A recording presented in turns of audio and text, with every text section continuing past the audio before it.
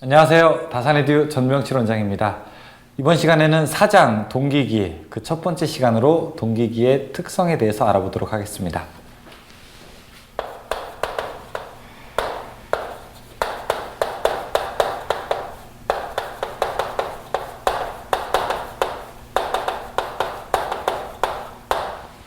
일단 동기기라고 하는 이름부터 우리가 잘 봐야 됩니다. 앞에서 나온 유도전동기는 우리가 그냥 유도기라고 했었죠. 그렇죠. 유도기의 이제 뜻 아시겠죠? 따라 돌아가는 기계. 근데 동기기라고 하는 거는 동기 속도로 회전한다 라고 해서 우리가 동기기라고 합니다. 동기 속도로 회전한다, 동기기. 동기기는 뭐가 있냐면은 이건 우리가 크게 두 챕터로 배울 겁니다. 하나는 동기 발전기라고 하는 게 하나 있고요. 다음에 동기 전동기라고 하는 것을 우리가 한 챕터 배우게 될 겁니다. 사실은 이제 동기 발전기가 비중이 더 많은 거고 전동기가 적은데 최근에는 동기 전동기에서도 문제가 많이 나오기 때문에 어쨌든 두 개를 같이 배우도록 하겠습니다. 유도기와 그러면은 동기기의 가장 큰 차이점이 무엇입니까? 앞에 배웠던 것 같은 교리인 것 같은데 가장 큰 차이점은 뭐냐면은 유도기는 고정자가 있고 N극, S극. 자, 여기 자석이 회전하는 거였었죠. 그 다음에 안에 전기자가 있게 되고요. 그런데 동기기는 어떻게 되냐면은 이 고정자 틀에 있는 것이 전기자입니다. 전기자를 고정자에다가 만든 다음에 자석 N극과 S극 이 자석이 회전하게 되는 게 바로 동기기입니다. 그러니까 이것은 회전 계자형이다. 이게 동기기를 나타내는 가장 대표적인 특성이 됩니다. 그러면 왜 그럴까요? 아니 왜 자석을 돌려가지고 겉에 있는 자개가 돌아가지고 안에 있는 게 도는 게 아니라 진짜 안에 있는 회전자가 자석이 돌아가지고 전기를 만들어내게 되는데 왜 그럴까요? 이제 이거는 동기기가 주로 동기 발전기이기 때문에 그렇습니다. 여러분 보세요. 전기를 만들어내는 거죠, 발전기는. 근데 전기를 만들어내는 게 그냥 뭐 1, 2V 만들어내고 건물 하나 먹여 살릴 만큼 만들어내는 게 아니죠. 실제 발전소에 있는 것들은요. 이 동기기라고 하는 거는 우리나라 이제 실제 발전소에 있는 것들인데 전기를 만약에 Y결선으로 해서 세 가닥을 뺀다고 한번 해보죠. 그러면은 자 만약에 이제 직류기 같은 경우에는 이렇게 돼 있죠. N극과 S극이 있고 자, 이 안에 돌아가는 녀석에서 전기가 만들어지니까 여기로부터 전기를 빼야 되는 겁니다. 돌아가는 애로부터 전기를 빼야 되니까 회전하는 애로부터 전기를 얻어내는 방식과 고정되어 있는 것에서 전기를 얻어내는 방식 중에서 누가 더 쉽겠습니까? 당연히 고정되어 있는 것에서부터 전기를 얻어내는 게 전기적으로도 쉽고 기계적으로도 쉽게 되는 겁니다. 자, 그래서 이 동기기라고 하는 것의 대표적인 특성은 회전 계자형이다. 그리고 이 계자 N극, S극은 영구자석이 아니라 역시 전자석으로 만들어줘야 되게 되는데 그래서 이렇게 전기를 빼내게 되게 되는 겁니다. 이걸 해서 여자기라고 이렇게 부르게 됩니다. 그래서 동기기의 대표적인 특성은 자석이 회전한다. 딱 이거를 보셔야 됩니다. 그림도 235페이지 맨 위에 보시게 되면은 그림도 역시 그 동일한 그림이 나와 있게 되는 거죠. 그래서 2극 회전 계자형 삼상 동기발전기가 그림이 나와 있고 그것에 의해서 전기가 만들어지는 게 우측으로 해서 삼상 사인파가 아주 예쁘게 이렇게 발전되고 있는 모습을 우리가 확인할 수가 있습니다. 그러면은 이 동기기의 속도에 대해서 한번 얘기해 보겠습니다. 자, 얘가 만들어지는 속도를 우리가 동기 속도라고 이야기를 하게 됩니다. 근데 동기 속도는 우리가 앞서서 배웠습니다. 왜 그럴까요? NS는 P분의 120F라고 하는 거 배웠었죠. 이 S가 뭐냐면 싱크로너스입니다. 싱크라는 말 들어보셨나요? 동기라는 말이 우리 싱크로너스인데 올림픽 종목 중에 여러 사람이 나와가지고 동시에 군무를 맞추는 게 유일한 종목이 뭐가 있죠? 싱크로나이징이라고 하는 게 있죠. 그렇죠? 그것도 싱크고. 우리가 이제 동영상 같은 거 보게 되면은 이 입모양과 뭐 자막이 안 맞는다. 그러면 싱크를 맞춘다. 이런 말 쓰거든요. 동기화 시킨다는 얘기죠. 자, 이 동기 속도는 P가 뭐였습니까? 이게 극수분의 그 다음에 120 곱하기 F가 주파수입니다. 자, 이 동기 속도는 슬립이라고 하는 게 없습니다. 왜냐하면은 이 발전기이기 때문에 그래요. 이것이 안에 계자가 한 바퀴 돌 때 밖에 파형이 한 사이클이 나오기 때문에 안에 돌아가는 것과 실제 밖에 돌아가는 것에 시간 차이가 생길 수가 없게 되는 존재입니다. 그래서 이 동기기는 슬립이 없다. 항상 동기 속도이다라고 하는 게 대표적인 특성입니다. 그래서 동기 속도에 대한 거 나오고요. 자, 3번에 주변 속도 보겠습니다. 주변 속도. 주변 속도는 우리가 미터 퍼 세크로 나타내게 되는데, 이 옆에서 봤을 때 이 회전자가 돌아가는 속도가 얼마나 빠르냐, 그걸 가지고 우리가 주변 속도라고 볼 수 있겠습니다. 만약에 여러분 원이 회전 운동을 한번 한다고 해보십시오. 원이 회전 운동을 하게 된다면은, 이게 내가 옆에서 만약에 눈으로 딱 봤을 때 내 눈 앞을 지나가는 그 속도를 어떻게 측정할 수 있겠습니까? RPM, 분당 회전수에 비례하겠죠. 그쵸? 분당 회전수에 비례하게 될 겁니다. 그런데 분당 회전수가 RPM이라고 하면 RPM을 얼마로 나눠요? 60으로 나눠야지 초당 회전수가 되는 거죠. 그 미터 퍼 세크니까. 그쵸? 초당 회전수 되는 거고, 여기다가 뭘 곱하면 됩니까? 이 원의 둘레를 곱하면 되는 거죠. 그쵸? 원의 둘레는 근데 어떻게 전합니까? 지름 곱하기 3.14 하면 되죠. 지름에다가 파이 곱하기 하면 되는 거죠. 그래서 자, 만약에 직경, 이 원의 직경을 D라고 하고, 그 다음에 RPM, 분당 회전수를 N이라고 하게 되면은, 이 주변 속도 V는 이렇게 됩니다. 파이 D, 이렇게 하게 되면 직경이죠. 곱하기 60분의 N이다, 이렇게도 우리가 나타낼 수 있습니다. 가끔 물어봅니다, 이거. 파이 D 60분의 그냥 원의 직경 원 둘레에다가 초당 회전수를 곱하게 되면은 초당 지나간 거리가 이제 되게 되는 거죠. 그 문제도 235페이지에 아래에 있습니다. 자, 두 번째, 전기자 권선법이라고 하는 게 있습니다. 전기자 권선법, 그 다음에 전기자 반작용, 다 같이 한 번에 가보도록 하겠습니다. 자, 전기자 권선법이라고 하는 거는 뭐냐면은,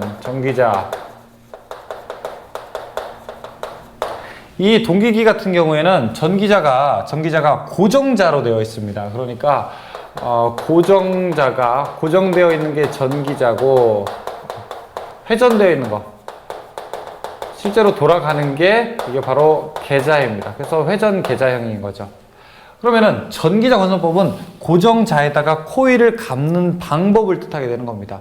코일을 감는 방법이 뭐 있냐면은, 가장 일반적인 경우가, 자, 전절권이라고 하는 게 있고요. 전절권이라고 하는 게 있고, 다음에 집중권이라고 하는 방법이 있습니다. 이 집중권이라고 하는 거는 뭐냐면은, 하나의 슬롯, 하나의 홈에 코일을 여러 개 넣는 걸 우리가 집중권이라고 이야기를 하게 됩니다.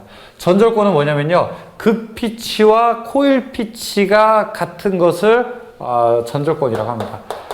극 피치와 그 다음에 코일 피치가 같은 것을 전절권이라고 합니다. 그러니까 예를 들어 제 허리부터 제 바지, 제 다리 길이만큼 똑같이 옷을 맞추면은 그거를 우리가 전절권, 전체를 다 덮는다라고 이렇게 이야기를 하게 됩니다. 근데 제가 예를 들어 바지를 7부 바지 입어요. 7부 바지가 뭐죠? 조금 짧은 거를 우리가 7부 바지라고 얘기하죠. 그렇죠? 근데 다리는 저만큼 긴데 다리 조금 짧은 걸 입어요. 그걸 뭐라고 하냐면 우리가 단절권이라고 합니다. 짧을 단자죠. 이거는 뭐냐면은 그 피치가 있고, 그 다음에 코일 피치가 있는데, 코일을 조금 짧게 감는 겁니다. 이극이면은 이극만큼 180도를 감아야 되는데, 그렇지 않고 조금 짧게 감는 것을 우리가 단절권이라고 이야기를 하게 됩니다. 코일 피치가 더 크다? 이게 아니죠. 피치가 더 큰 거죠. 그렇죠? 자, 집중권에 반대되는 건 뭐냐? 반대되는 거. 집중권의 반대. 한 곳에 집중하지 않고 여러 개 분산하는 게 반대가 되겠죠. 그래서 이걸 우리가 분포권이라고 하게 됩니다. 분포권은 슬롯을 여러 개에다가 분산시켜서 코일을 배치하는 방법을 우리가 분포권이라고 합니다. 근데 전기자 권선법은 이렇게 크게 방법들이 있는데, 우리가 주로 어떤 방법을 사용하냐? 전절권이랑 집중권을 사용하지 않고 단절권과 분포권을 사용하게 됩니다. 왜냐하면은 사실은 전절권과 집중권을 사용하는 게 전기는 더 많이 발생해요. 그러니까 전기의 발생 기전력은 둘 중에 누가 더 크냐라고 하게 되면은 이쪽이 더 크게 된 겁니다. 그런데 전기가 더 크게 나옴에도 불구하고 왜 오른쪽의 방법을 사용하냐면은 이 두 방법이 고조파를 제거하기 때문에 그렇습니다. 고조파를 제거하기 때문에. 고조파를 제거한다는 얘기는요, 잡음을 없앤다는 거죠. 안 좋은 파형을 없앤다는 거죠. 안 좋은 파형이 없어지게 되면은 어떠한 장점의 효과가 도출되게 됩니까? 그 장점의 효과는 바로 파형이 개선된다는 거죠. 좋은 파형이 나온다는 거죠. 자, 그래서 이제 시험 문제 이렇게 나옵니다. 단절권을 왜 쓰냐? 고조파 제거하기 위해서. 분포권을 왜 쓰냐? 고조파 제거하기 위해서. 단절권과 분포권을 왜 쓰냐? 고조파를 제거해서 파형을 개선하기 위해서. 그런데 기전력은 이거보다 조금 작게 만들어져요. 발전기가 전압을 조금 버림에도 불구하고 이 방법을 쓰는 거는 이 효과가 전압을 조금 더 키우는 것보다 훨씬 더 우수하기 때문에 이런 일들이 벌어지게 되는 겁니다. 이거 아주 재밌는 전기자 건선법에 해당되는 겁니다. 이거 이제 잘 보십시오. 다음, 전기자 반작용을 보겠습니다. 전기자 반작용. 전기자 반작용이라고 하는 거는 예전에 우리 직류기에서 이런 얘기 했었죠. 직류기에서 여기 N극이 있습니다. 그 다음에 S극이 있어요. 그래서 N에서 S극으로 잘 자속이 이동을 해야 되는데 이 안에 있는 이 전기자 녀석들 때문에 반듯하게 가지 못하고 삐뚤어서 가게 되는 거죠. 그래서 주 자속이 감소하게 됩니다. 주 자속이 감소하게 되니까 발전기의 경우에는 유기기 전력이 감소하고 전동기의 경우에는 토크가 감소하는 아주 이런 악영향을 미쳐서 이것을 보상하기 위해서 양쪽에다가 보상원선이라고 하는 것을 설치하고 또 보극이라고 하는 것을 설치하고 안 되면 아예 중성중을 이동시키는 방법도 사용했었습니다. 이런 얘기를 했었습니다. 이게 이제 직류기에서 전기자 반작용이라고 하게 되면은 동기기에서는 어떻게 되냐면요. 동기기에서는 전기자가 이렇게 고정되어 있는 것이 아니라 이 계자가 고정되어 있는 것이 아니라 전기자가 고정되어 있기 때문에 만약에 한쪽이 들어가고 한쪽이 이렇게 나오는 형태라고 해보겠습니다. 첫 번째 그림은 제가 총 3개 그릴 겁니다. 다음에 2개. 자, 여기가 들어가고 들어가는 형국이라고 한번 해보겠습니다. 또 자, 이쪽 형국은요, 나오고 이런 형국이라고 한번 해보겠습니다. 그러면 어떤 일이 벌어지게 되냐? 이 안에 만약에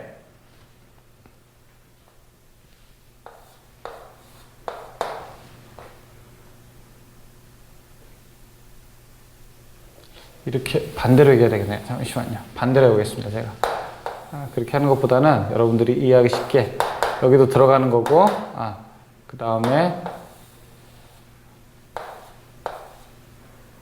나오는 거고, 그 다음에 하나는 들어가고 하나는 나오는 거. 이 경우라고 한번 보죠. 그러면은 다 들어가는 경우라고 해보겠습니다. 그러면 자석이 만약에 여기 N극이 돼 있고 이쪽에 S극이 돼 있다. 이렇게 돼 있을 수가 있고요. 자, 또 하나는 여기가 N극이고 이쪽이 S극일 수도 있겠죠. 자, 또 하나는 여기 이제 옆으로 누워 있는 경우가 있을 수 있겠죠. N극이고 S극이고. 그러니까 안에 있는 계자가 회전을 하게 되니까 이 다양한 경우가 생길 수 있다. 여기가 또 여기가 S, 이쪽이 N 이렇게도 될 수 있겠죠. 그러면은 자, 첫 번째 이런 어떤 현상이 나느냐? 이거는 자, 오른쪽으로 자석이 감는 방향이고요. 그쵸? 이건 나온다고 해야 되겠네요. 죄송합니다. 나온다고 해야 되겠네요. 자, 여기는 이제 만약에 나오는 방향이 되게 되면은 이렇게 자기장은 밖으로 2개, 이 전기자는 밖으로 나올 겁니다. 그런데 이 NS 안에 있는 계자에서도 자석이 어떻습니까? 밖에 나오는 형국이기 때문에 이 전기자와 계자가 서로 자석을 더 많이 만들어지게 되는 방향으로 이루어지게 됩니다.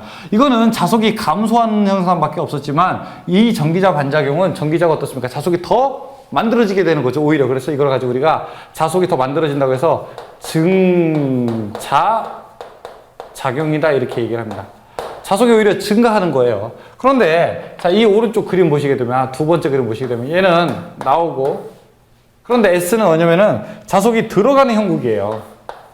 그러니까 들어가는 놈이 양쪽에 있는 전기자 때문에 어떻게 됩니까? 더 방해받게 되죠. 그래서 이거를 우리가 뭐라고 하냐면은 자석이 감소한다고 해서 이거를 감자작용이라고 이야기를 하게 됩니다. 자, 그리고 이 마지막 오른쪽에 있는 거는 얘는 위로 올리고 얘도 위로 올리게 되는데 여기 NS는 옆으로 이렇게 가기 때문에 이게 수직으로 작용하게 됩니다. 그래서 이걸 우리가 뭐라고 하냐면은요. 자, 교차 자화 작용이다. 이렇게 이야기를 하게 됩니다. 이거는 직축 반작용이고 이거는 횡축, 가로축 반작용입니다. 직축 반작용, 이거는 횡축 반작용. 근데 증자작용이 생기는 경우가 있고 감자작용이 생기는 경우가 모두 다 달라요. 어떨 때는 전류가 앞설 때, 어떨 때는 전류가 뒤질 때, 어떨 때는 전압이 앞설 때, 어떨 때는 전류가 뒤질 때 다 다르기 때문에 일단 이 전기자 반작용은 이 세 가지 형태로 나타낼 수가 있다. 근데 교차작용은 잘 안 나오겠죠. 그러면 어떤 때 증자작용이 생기고 어떤 때 감자작용이 생기냐? 이 동기기가 발전기의 경우도 있고 전동기의 경우도 있다고 했었죠. 그러면은 딱 이 표로 우리가 그려서 암기를 해야 된다. 이거 암기해야 되는데 표로 이렇게 그립니다. 일단 여러분 이렇게 십자가를 딱 하나 그으세요. 한번 연습해 보세요. 연습장에다가. 그 다음에 양쪽에다가 제 손처럼 이렇게 VV를 딱 그립니다. 그러면 여기다가 V 그리고 이쪽에다가 V 그려요. 이게 전압이라는 뜻이에요. 그럼 반대는 I 이렇게 되겠죠. 이 분면이라는 거는 자 요렇게 돌아갈수록 빠르게 되는 거니까 이쪽은 전류가 전압보다 더 빠른 게 되는 거고 이쪽은 전압이 전류보다 더 빠르게 되는 거고 이쪽은 전류가 전압보다 더 빠르게 된 거 이쪽은 전압이 전류보다 더 빠르게 되는 거죠. 그래서 1사분면, 2사분면, 3사분면, 3사분면. 그래서 이쪽은 전류가 빠르고 이쪽은 전압이 빠르고 전류가 빠르고 전압이 빠른 것이 되겠습니다. 그럼 여기다가 자, 이 왼쪽 2사분면과 3사분면은 무엇을 뜻하냐? 여기는 발전기를 뜻합니다. 그래서 발 이렇게 쓰십시오. 자, 이 오른쪽 두 개는 뭘 뜻하냐? 이건 전동기를 뜻합니다. 전 이렇게 쓰십시오. 그러면은 발전이라고 쓸 수 있겠죠. 그리고 판 위에다가 뭘 올리냐면은 여러분 감자 꺼드시는 거예요, 지금부터. 자, 여기다가 감자를 이렇게 딱 쳤습니다. 감자. 그러면 감자의 반대는 뭐가 될까요? 자속이 감소하는 거에 반대는 뭐가 돼요? 증자작용이 됩니다. 증자. 그래서 여기다가도 이렇게 증자라고 적고 이쪽에도 증자라고 적습니다. 그러면은 자 이제 시험 문제 나와요. 예를 들어 이런 문제가 나옵니다. 전동기에서 전류가 90도 앞설 때 어떠한 작용이 일어납니까? 이렇게 물어봅니다. 그러면 전동기에서 물어봤으니까 이 표를 여러분이 딱 그리고 이 왼쪽 두 개는 가려요. 상관없죠. 오른쪽 두 개에서만 보는 겁니다.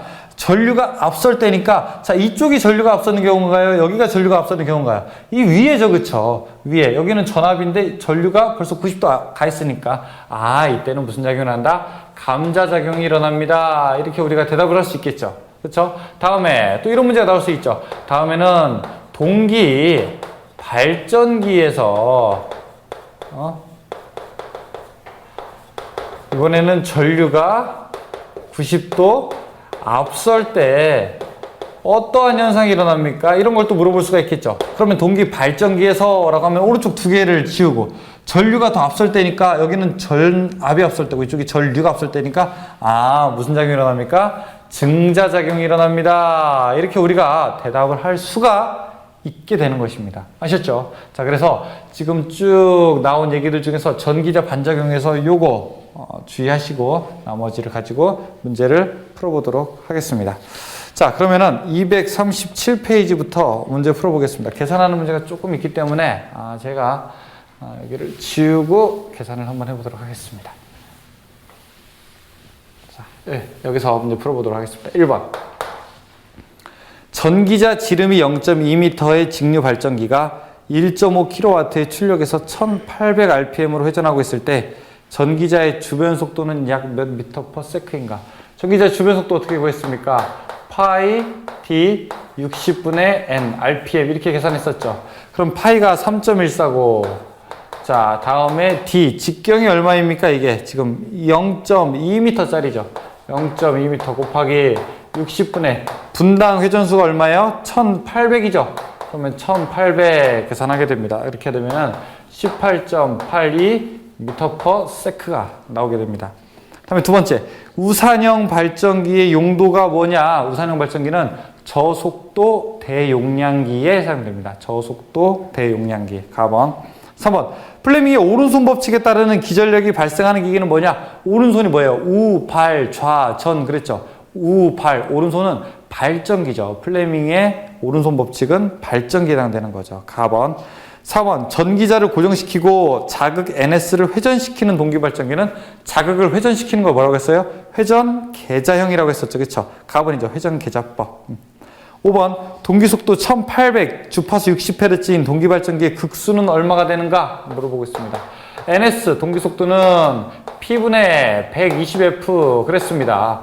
그러면 지금 NS가 1800이라고 하네요. 그 다음에 P분의 120 곱하기 60이고요. 그쵸? 그러면은 120 곱하기 60 하면은 7200인데 7200을 무엇으로 나눠야지 1800이 되는 겁니까? 얼마예요? 얼마요? 4. 근데 이거는 계산해도 되지만 하나 암기하자고 그랬었죠, 우리가. 4극 60Hz면은 1800rpm입니다. 이렇게 암기하자고 했었죠. 답은 4극이 되죠. 6번 극수가 10, 주파수가 50Hz인 동기기의 매분 회전수는 어떻게 되는가 물어보고 있습니다. 자, NS 동기속도는 P분의 120F. P 극수가 10, 주파수가 50이에요. 120 곱하기 50 하게 되면은 이거 600rpm이 되겠네요. 600rpm. 라번. 7번 60Hz의 동기전동기가 2극일 때 동기속도는 몇 rpm이 되는가 물어보고 있습니다. NS는 P분의 2분의 120 곱하기 60 하게 되죠. 얼마요? 3600이 되죠. 다음 8번 주파수 60Hz의 전원의 2극 동기전동기를 연결하면 회전수는 몇 rpm인가? 똑같은 문제지 이거라. 자, 가번 3600이 되죠. 3600. 9번 60Hz 2만 kVA의 발전기 회전수가 900이라면 이 발전기의 극수는 얼마가 되는가 물어보겠습니다. 9만 이런 거 아무짝에도 쓸모없는 숫자죠. 그냥 주파수와 회전수만 알게 되면 되는 거죠. NS는 P분의 120F. 자, 여기서 NS가 900이라고 하네요.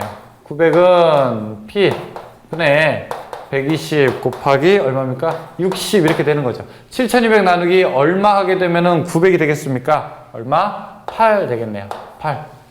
그럼 8.